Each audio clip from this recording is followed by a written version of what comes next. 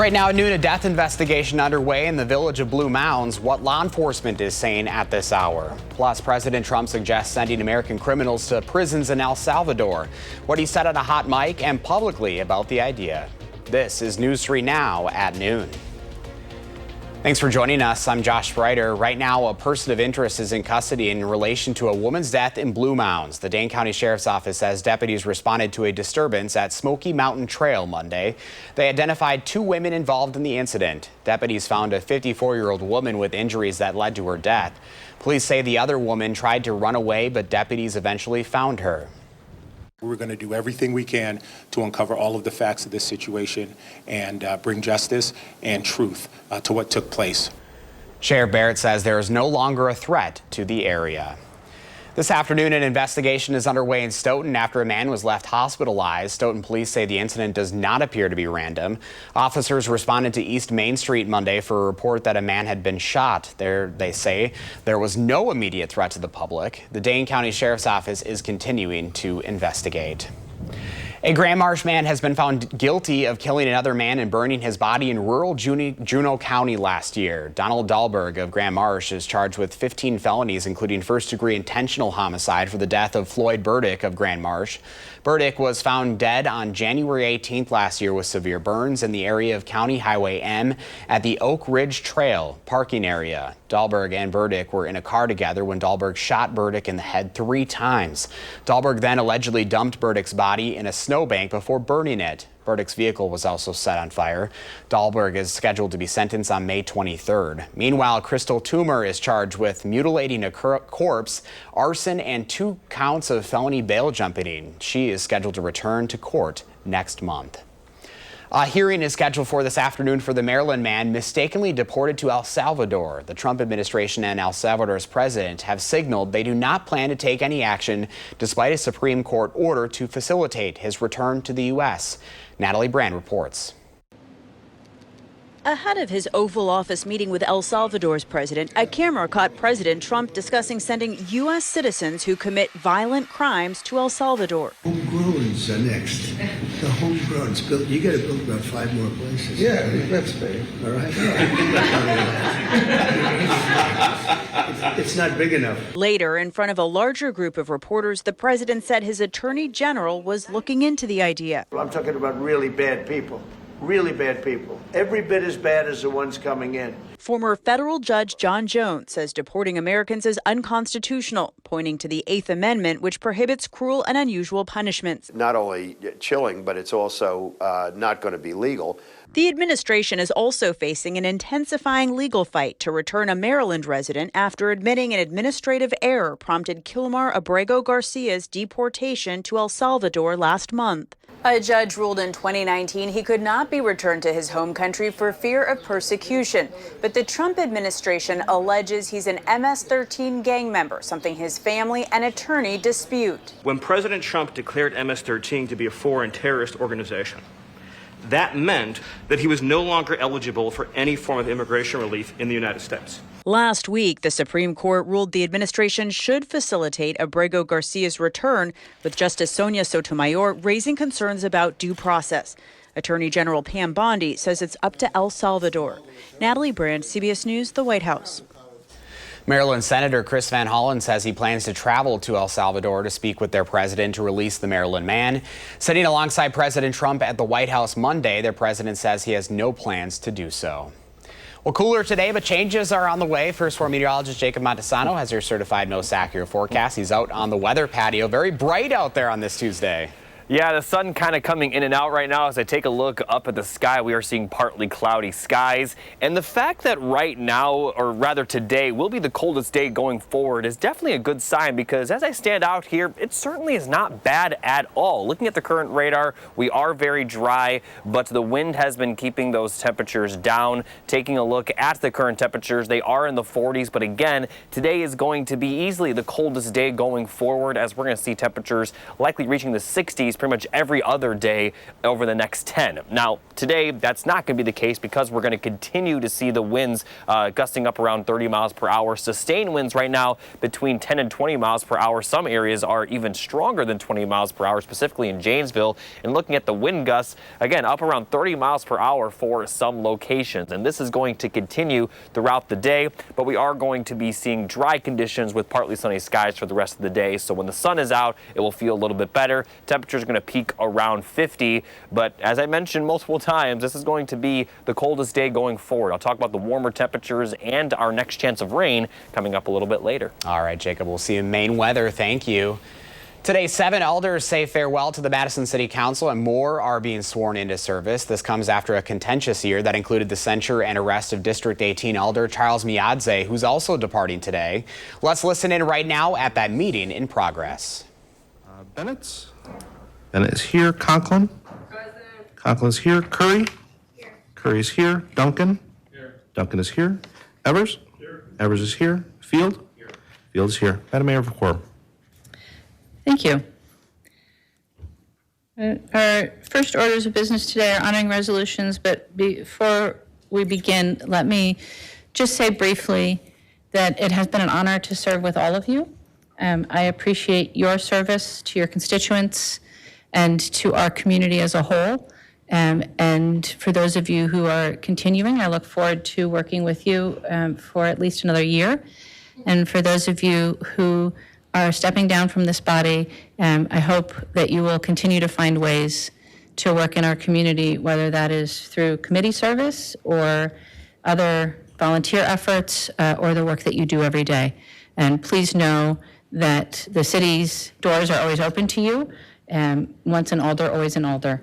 And we appreciate your participation in this body and know that you will find ways to continue to be engaged with your community. Mayor Rhodes Conway speaking to the council there. We'll have more on this story today live at 4. A new study from Lending Tree shows Wisconsin families are feeling the squeeze of rising child care costs. It now costs over $218,000 to raise a child in Wisconsin. It's ranked the 45th highest in the U.S. nationwide. Costs have jumped 25% since last year. The average, roughly $300,000 per child. Lending Tree cites rising child care costs, inflation, and higher demand as major drivers. They say families are now spending nearly 23% of their income on child-related expenses. Happening tomorrow, hundreds of child care advocates are set to rally for state funding for child care. The march will begin at 11:50 at the Concourse Hotel and Governor's Club. Speakers include state and national child care leaders, current and former early childhood providers, and manufacturing CEOs, along with parents. Legislative visits with state elected officials will begin at 1 in the afternoon and run throughout the day. Well, now is your chance to help donate baby and toddler essentials that'll help hundreds of families across the area. News 3 Now is once again partnering with Babies and Beyond of Wisconsin for our community baby shower. The nonprofit provides free materials and supplies to pregnant women and families with children up to the age of 4. Executive Director Brandon Collins says they serve 1,300 babies a month. To help with the growing need, right now Babies and Beyond is looking for gently used clothing, strollers, high chairs, swings, and most importantly, larger size diapers and baby wipes.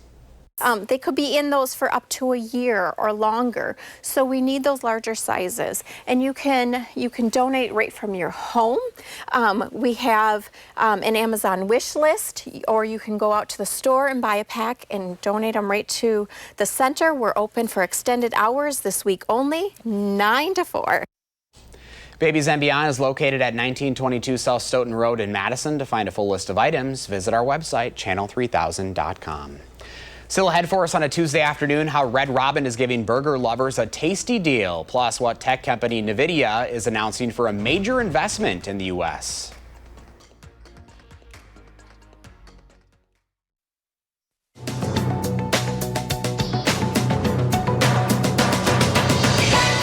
Today is the deadline for most U.S. taxpayers to file their federal taxes, unless you live in one of more than a dozen states where the IRS has extended the deadline. People in states like Arkansas, Tennessee, North Carolina, and Los Angeles County in California were granted a later deadline due to natural disasters in recent months. All taxpayers can request an extension from the IRS, which would give them until mid-October to file. NVIDIA has announced plans to build AI supercomputers and chips in the U.S. for the first time. The products will be manufactured at plants in Arizona and Texas. NVIDIA says it plans to invest and produce up to $500 billion of AI infrastructure in the U.S. over the next 4 years. This comes as President Donald Trump has been pushing aggressive tariffs in order to convince more companies to build in the U.S. And attention burger lovers, Red Robin is beefing up its offers for National Burger Month in May. Starting April 17th, customers can go to their website to get a bottomless burger pass for just $20. The pass gives customers one burger and a bottomless side every day in May only, but customers have to act fast before the passes run out. That's your CBS News Money Watch report. For more, log on to cbsmoneywatch.com. At the CBS Broadcast Center, I'm Jesse Mitchell. Here's a look at the current stock numbers at the noon hour. The Dow's up 14 points, NASDAQ up 10 points, and the S&P 500 also up this hour 18. Our Call for Action volunteers are in the building today taking your consumer complaints and taking action on your behalf. Call for action at 608-270-2833 or submit a claim anytime at channel3000.com/call-for-action. Pam has the farm numbers ahead, plus Jacob is tracking the first warn forecast. Then later on Live at 4, Dr. Jeff Potoff on technology use and if it lowers the risk for dementia.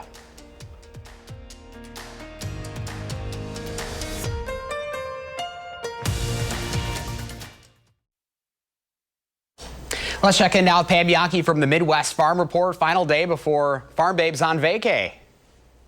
Yeah, we're going to see what the South looks like over the next couple of days. So you might want to kind of follow my personal account. If nothing else, we'll see what kind of pictures we can post. Unfortunately, we're going to some areas that have been really hard hit with torrential rainfall, but we'll see what it looks like when we get there. So what it looks like for a lot of farm families in Wisconsin is, aside from worrying about tariffs and its impact on commodity prices, farmers are continuing to struggle with the high cost of health care. If you're in the rural community, it's not just about the cost, it's also about the access. Stephanie Plaster, who is one of our university extension specialists, has done a survey. What she found out is that a lot of Wisconsin farmers are facing not only high prices, but health issues that I think a lot of us face, but really hold us back when it comes to agriculture. According to her recent survey through the UW Farm Management Outreach Program, 2/3 of farmers have pre-existing health conditions that make it tough for them to find health insurance, let alone afford it. 1/3 of farms have at least one family member with health problems that makes it tough to farm. That's hard on the whole family. Half of farm families say the only way that they could pay for expensive surgeries or emergency access would be by selling farm assets, which is what no farm wants to do. And 2/3 of the families responding said that they struggle with cost, availability, and quality of childcare in rural communities. That's not something that's changing anytime soon. Our weather is changing, though, and Wisconsin farmers are taking advantage of it. As of Sunday across the state, 8% of our spring tillage work was done, 2% of our potatoes were already planted, and 7% of the oats already in the ground as of Sunday. Good rally today as far as the dairy markets were concerned. Barrel cheese up 6 at $1.90. 40-pound block cheese finishes 3 cents higher at $1.80. AA butter up 1/4 cent at $2.35 a pound. I was talking with one of my brokers this morning, and he said, despite all the tariffs, China has decided to go buy corn elsewhere in the world. So the rest of the world has said, hey, the U.S. is the cheapest. Let's go buy for them. So it's been kind of a interesting learning experience for a lot of folks in agriculture, Josh, about how the world's reacting to this round of tariff threats. Kind of interesting, but it's helped to rally our corn market pretty good the past couple of days. Yeah, leaving you on a high note before you're off on vacation. Yeah, well, we'll see. We'll see. If it holds, that's great. If it doesn't, so be it. We'll continue riding that coaster, right? Just like the rest of the world right now. All right, Farm Babe, will you enjoy some time off? Well deserved. Okay. Thanks, buddy. We'll see you when I get back. Sounds good. Well, warmer temperatures are on the horizon, along with more rain chances. Meteorologist Jacob Montesano has the first warn forecast. Hi, Jacob. Hey, Josh. Taking a look at the 3 things you need to know. The sunshine is expected to return at least throughout the entire day for Wednesday. We're seeing some sunshine right now as well, but Wednesday will also bring those warmer temperatures. 60s are going to return and they're going to stick around, at least for the most part. May see a few cooler days. And then our next chance of rain will be Thursday and Friday. So let's start with the winds though, because they are still very breezy out there, gusts up around 30 miles per hour. That's going to continue throughout the afternoon and evening, but it will calm down once we get closer to sunset. And then overnight, they are going to be a lot calmer. And then the wind's not really a factor for tomorrow. So for the rest of the day, we're going to have temperatures right in that upper 40 to lower 50 range. It is going to remain breezy. Could see mostly cloudy skies at times, but again, we are still expecting a good amount of sunshine for the rest of the day, and we're not expecting rain. And then for tomorrow, we're going to have high temperatures in the middle to upper 50s, possibly lower 60s, and also plenty of sunshine. And as we take a look at the temperatures going forward, Thursday and Friday, we're going to be seeing very mild temperatures, possibly in the lower 70s. And even next week, although we're not going to see temperatures quite as warm as they will be Thursday and Friday, we are expecting temperatures consistently in the middle to upper 50s compared to the highs just near 50 today. So today, again, will be the coldest day going forward. And looking at the temperature forecast beyond the next 10 days, this is the 8 to 14 day temperature outlook showing warmer than average temperatures expected for Wisconsin, but especially further south of us in the southeastern portion of the United States. Now let's talk about that next chance of rain. Again, it will be Thursday. So starting Thursday morning, we are going to be dry to start the day, but then in the afternoon and evening, we'll start to see some showers and a few thunderstorms move through the area. It is pretty likely that we'll see that rain continue for a good portion of the overnight hours. And as we get into Friday, we have more showers and thunderstorms possible. And there is a small chance that these storms Friday could be severe. We don't have an alert day in the forecast yet, but we'll continue to keep an eye on that forecast. It looks like the best chance will be early on Friday with some lingering precipitation Friday evening, but it does look like we are going to be dry by the time we get to Saturday. Now we have another chance of some precipitation Sunday and Monday of next week. So here's a look at the precipitation chances over the next 7 days. Again, Thursday, especially Thursday night, and then Friday morning. Dry for Saturday into Saturday night with more precipitation developing once we get to the afternoon hours Sunday and continuing for Sunday night and Monday. So we definitely are going to see a good amount of rainfall over the next 7 days. And like I mentioned, those temperatures are going to be pretty consistent. They are looking like they'll drop a little bit for early next week, maybe seeing highs in the middle 50s. But again, today is still looking like it will be the coldest day going forward. And Thursday and Friday especially will be mild. I'd like to see a few more, temperatures in the middle 60s, because by the end of the 10-day forecast, the average high temperature will now be at 60 degrees. So we're really getting into that time of the year where 60s are common. So we maybe like to see a little bit more than that, but hard to argue too much about the temperatures, especially considering we still have had some cold days over the past week. And I do want to mention that with those Thursday and Friday temperatures, it's not going to rain all day. Thursday morning should be dry, and Friday it may be dry by the afternoon, so we'll at least have some time to take advantage of it rather than the fact that it may just be raining a lot. Well, we'll enjoy what we can. All right, Jacob, thank you. Up next, Howard continues his Easter recipes leading up to the holiday. We have just the thing to fill your bread basket this Easter, and it's super duper easy.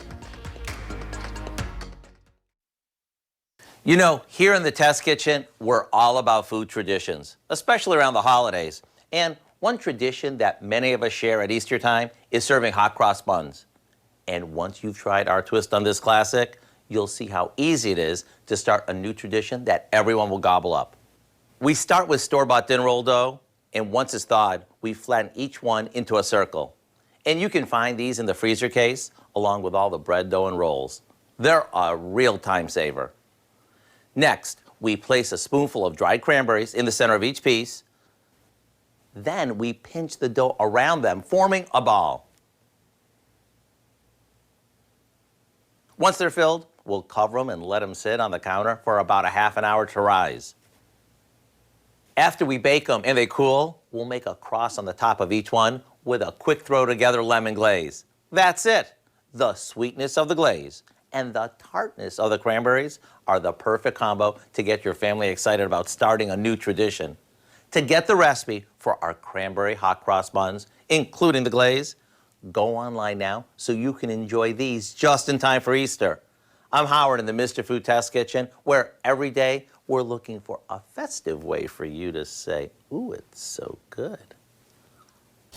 Here's Jacob with the final check of the forecast. Thanks, Josh. We're going to see dry conditions for the rest of today and tomorrow. Still going to be windy today, but not as windy tomorrow. And we are going to continue to see sunshine for the next 24 to 48 hours. And then Thursday afternoon is when we will see the clouds really develop with with the rain expected, especially for the afternoon and evening. Could see a few thunderstorms, but a better chance of storms does look to come early Friday. And we could even see a small chance of severe weather. But the good news is that temperatures will be very mild those 2 days. All right, Jacob, thank you. Thanks for joining us today at noon. Have a great afternoon.